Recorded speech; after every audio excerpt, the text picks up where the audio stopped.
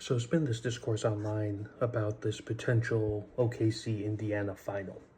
And after tonight, the Thunder have advanced after beating Minnesota in five.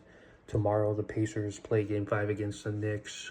Likely that they'll either wrap it up tomorrow or wrap it up this weekend.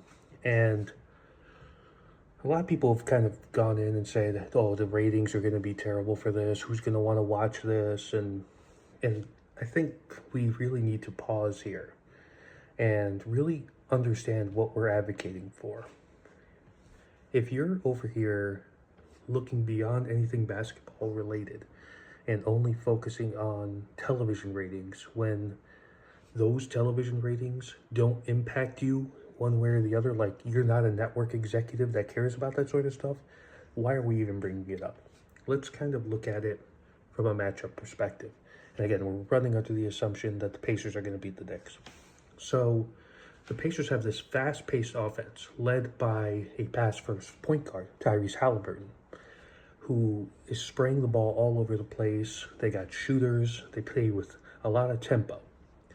Oklahoma City has this defense that's very aggressive, right? So they're going to converge on the point of attack. We saw the way they defended Anthony Edwards by crowding him. There were times he drove into the lane. There's four guys on him, and he forced him to make these decisions and forced these other players to make shots. So that dynamic, how Tyrese Halliburton, a guy who doesn't commit a lot of turnovers, is going to handle an Oklahoma City defense that causes a bunch of turnovers, right? And then on the other side, you got Shai Gilgeous-Alexander, the MVP.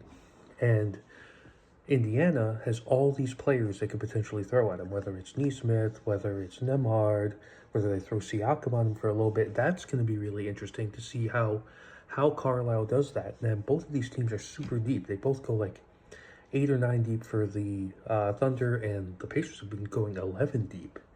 And then you got the Chet Holmgren, Miles Turner kind of dynamic in the middle. Two very similar style players. It's just Holmgren's a lot younger. The upside probably a little higher, right?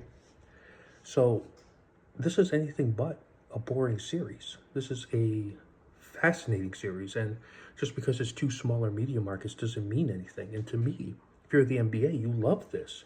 Because now, if a small market is saying, oh, we never get a chance, here's your proof that you do. When you build well and you build smartly, you can get to the finals. And I think it's going to be a great series. Looking forward to watching it if and when it happens.